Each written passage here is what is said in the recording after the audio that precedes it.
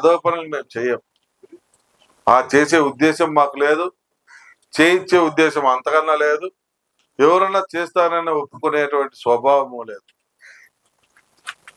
అయితే మీరు కూడా మంచి చెడు ఆలోచన చేయకుండా, మంచి చెడు గురించి పట్టించుకోకుండా ఎంతకాలం ఈ రకంగా ఉంటారో మీరే ఆలోచన చేసుకోండి.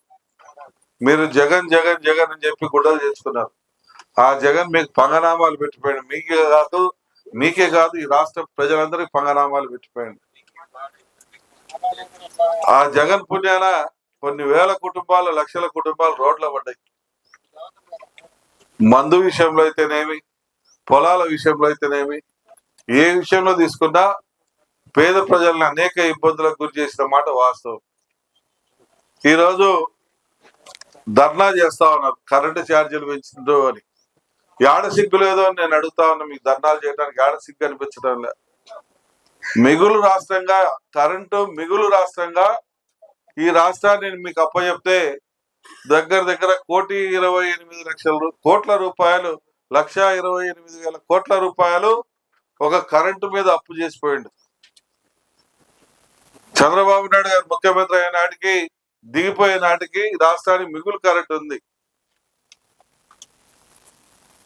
అటువంటిది 1,28,000 కోట్ల రూపాయలు అప్పులయ్యే విధంగా చేసి మళ్ళా ఈరోజు కరెంటు ఛార్జీలు పెంచమని చెప్పి డిస్కంలకు ఆయనే ఆర్డర్ ఇచ్చి, వాళ్ళ గవర్నమెంట్ లోనే ఆర్డర్ ఇచ్చి, ఈరోజు ఆయన ఇచ్చిన ఆర్డర్ మీద వాళ్ళ పార్టీ కార్యకర్తలను ధర్నాలు చేయమంటున్నారంటే ఈ ఆడ సిగ్గు లేదని నేను అడుగుతా ఉన్నా.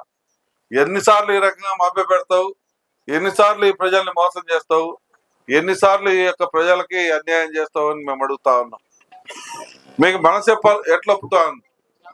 4 నెలలు కాలేదు ప్రభుత్వం అధికారం మారి, 4 నెలలకే తట్టుకోలేక మీరు అప్పుడే రోడ్లు ఎక్కితే మరి మేము ఎన్ని బాధలు భరాయించడం, ఎన్ని రకాలుగా ఇబ్బందులు పడ్డాం, మీరు పెట్టే టార్చర్లు అంతా ఇంత కాకుండా అనుభవించడం. మరి ఇన్ని అనుభవించినటువంటి మేము మిమ్మల్ని ఏమనాలో మాకైతే అర్థం కావటం లేదు. అందుకని ప్రజలు కూడా గమనించాలా. గుడ్డెద్దుపై చేలబడ్డట్టు ఎవడో ఏదో చెప్పినాడని చెప్పి నమ్మటం కాదు. అసలు వాస్తవం ఏందా, వాస్తవం ఏం జరిగిందా, ఈ రాష్ట్రానికి ఏ రకంగా ఇబ్బంది వచ్చిందా, ఆ ఇబ్బంది రావడానికి కారకుడు ఎవరా అని ఇవన్నీ కూడా మీరు తెలుసుకుంటే చాలా బాగుంటది. ఎందుకంటే చదువుకున్నటువంటి వాళ్ళు రోజు రోజుకి పెరుగుతా ఉన్నారు. లోక జ్ఞానం తెలిసినటువంటి వాళ్ళు పెరుగుతా ఉన్నారు.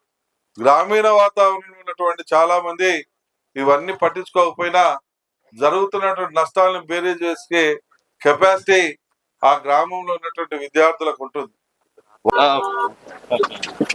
వీళ్ళ పూర్వీకుల పొలం అయితే వేరే వాళ్ళు ఎక్కించుకున్నారట. అయితే చెక్ చేయండి, అవసరమైతే వాళ్ళకి క్యాన్సిల్ చేసి వీళ్ళకి ఇస్తాడు చూడండి. జెన్యూన్ అయితే